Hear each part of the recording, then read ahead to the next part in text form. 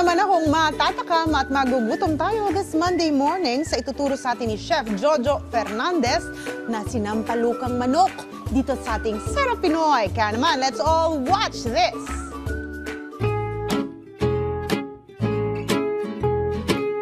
Raised in Shine, Pilipinas, I'm Chef Jojo Fernandez. Ito ang Sarap Pinoy. Bali po, ngayon ang gagawin nating dish ay ang authentic sinigang na manok ng Bulacan.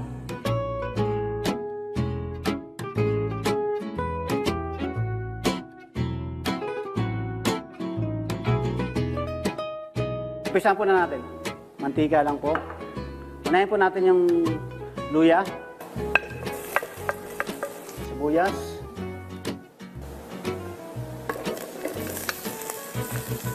lagay po natin yung manok.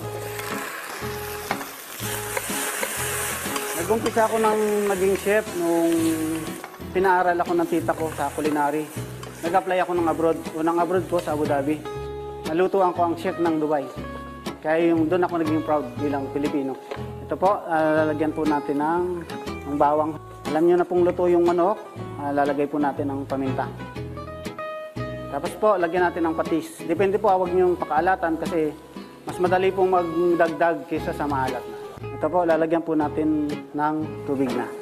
Hintay po tayo ng mga 10 minutes para mag-boil yung sabaw ng sinigang natin. Kumulo na po yung ating manok. Lagay na po natin yung mga gulay. Ito po, lalagay na natin yung pampalapot natin na malagkit po yun. Hintayin lang po natin lumambot yung gulay natin. Takpan po muna natin.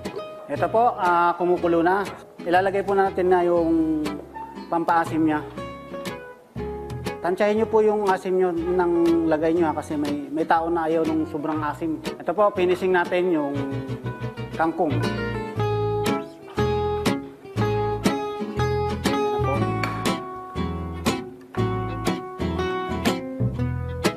Ito po, tapos na yung ating niluto ngayong araw. Pwede natin i-plato.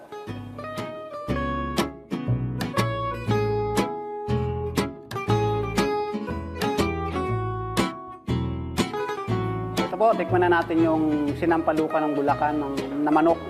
Ito po, tikman natin. Tamang-tama lang po yung asin niya. Tapos sa bibig, matitikman nyo yung rice na malagkit na isinama natin na pampalapot. Ayan po, sana may natutunan kayo ngayong umaga sa aking dish ng sinampalukang manok ng Bulacan. Kung na-miss nyo ang episode for today, pwede nyo bisitahin ang social media ng Rise and Shine Pilipinas. I-follow nyo na rin ako sa aking Facebook account, Chef Jojo Fernandez. Muli po, ito po si Chef Jojo Fernandez. Ito ang Sarap Pinoy!